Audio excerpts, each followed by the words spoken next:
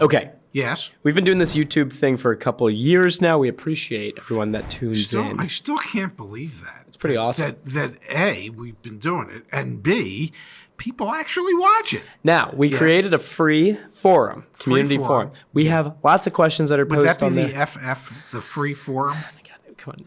Free forum. Free forum. Going to answer some questions. You ready? Yes. This comes That's from what I'm here Christopher Wilson. for. Okay. Getting a loan before Garbage truck driver. You can put a subtitle on your Yeah.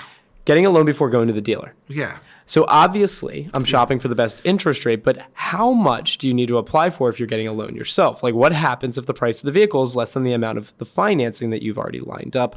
I've always gone through the dealership for financing. This is a good question. Well, so you try and get a loan for the maximum amount that the bank would lend you. It doesn't mean you have to spend the max. You just know what the max is. Yeah. And so that you certainly take a loan for less than that. But at least you have an understanding as to what the rates are going to be and how that rate correlates into a payment based on financing whatever that maximum amount would be and whether or not that would be affordable for Now, you. some financial institutions will actually like give you a check and be like, you've got 30 days to use this check. You've seen those, right? Yeah, it's called a draft. A draft, right? Yes. If you're in that type of situation, it can be a bit more convoluted or a bit more like confusing, I think, as a customer. If that's the situation that you're in, then you need to get the buyer's order and you need to know, after you've negotiated the outdoor price, what the total amount is. Yes. And then you come in with that draft. I'm looking at trading. This comes from Regina Alir. I'm looking at trading in my vehicle for a new one. Yeah. When do you expect trade-in values to drop? They started to. Now, yesterday, a week from yesterday. Yeah. Yeah. Yeah, they're dropping. And the expectation is that throughout 2022.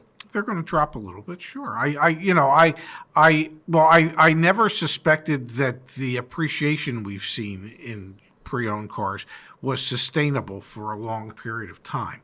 And I think we've reached the apex of that. Yeah.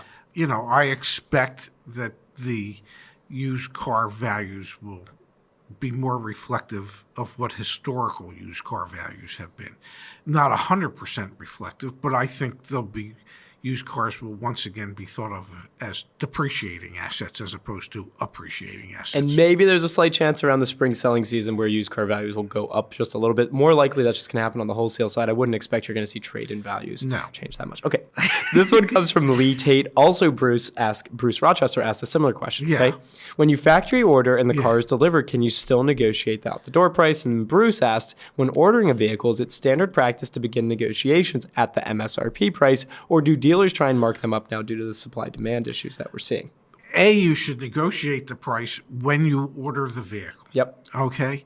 To hope to negotiate the price after you've ordered the vehicle and it's come in, you don't have the same leverage anymore. And let's hit on it really quick. How to factory order in 2022. We've done a video on that. We've got blog posts on that. So please, please, please read some of those resources.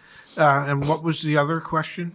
Where to begin the price negotiations? Are dealerships starting at MSRP or are they starting at MSRP plus? Well, it depends. It depends on the brand and it depends on the region of the country. Most are going to try and tell you, I suspect. Well, we've been adding market adjustments even to our ordered cars. Just because they're asking for it doesn't mean that you have to pay it. So you can negotiate that or try to negotiate that off.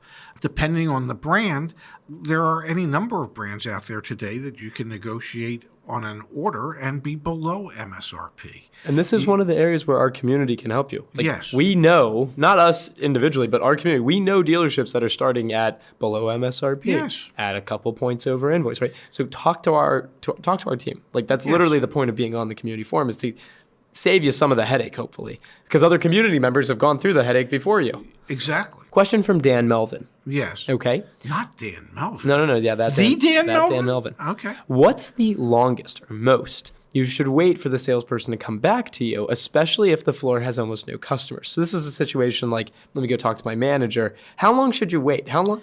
And what the hell's happening back there? It depends what they ordered for lunch.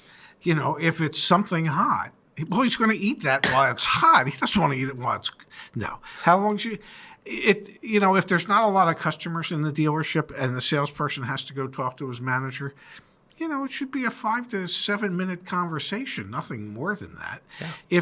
If it's taking more than that, then they're either discussing the outcome of the Super Bowl or last night's basketball game, or where they're thinking of ordering lunch from.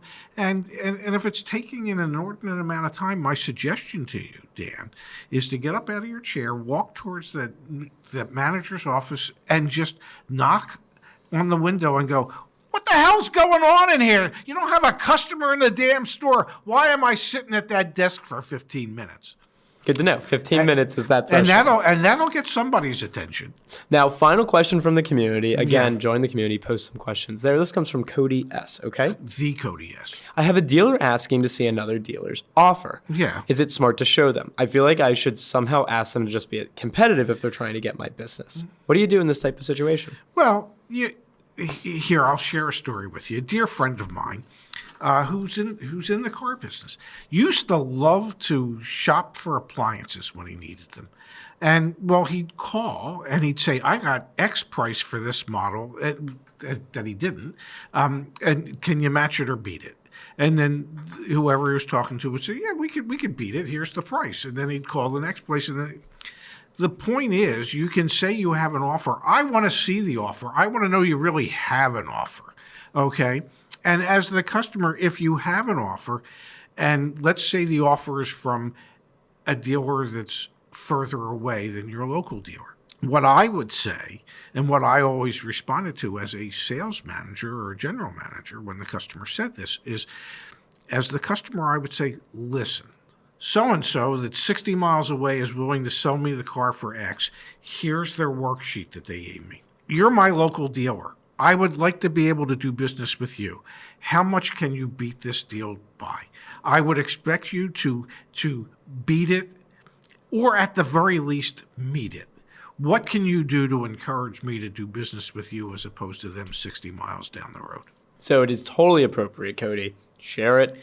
Get them to beat it. Because you want to know that it's real. I mean, Exactly. Anybody, there's an old saying in the car business that if the customer's lips are moving, the customer's lying. And the customers have the same saying. If the salesman's lips are moving, then the salesman's lying. So if the whole premise of this operation is that everybody's lying, well then, what's wrong with providing proof that you're not lying? Yeah. So leave your questions. Put them in the comments down below. Yeah. Put them on the community as well. Some of these that I mentioned, like from Regina, Lee, Bruce, those were actually from the YouTube comments. We're here to help. The whole YA team, we're here to help. So let us Yes. know down below. Pops, thank you for answering and addressing these. And I look forward to next time.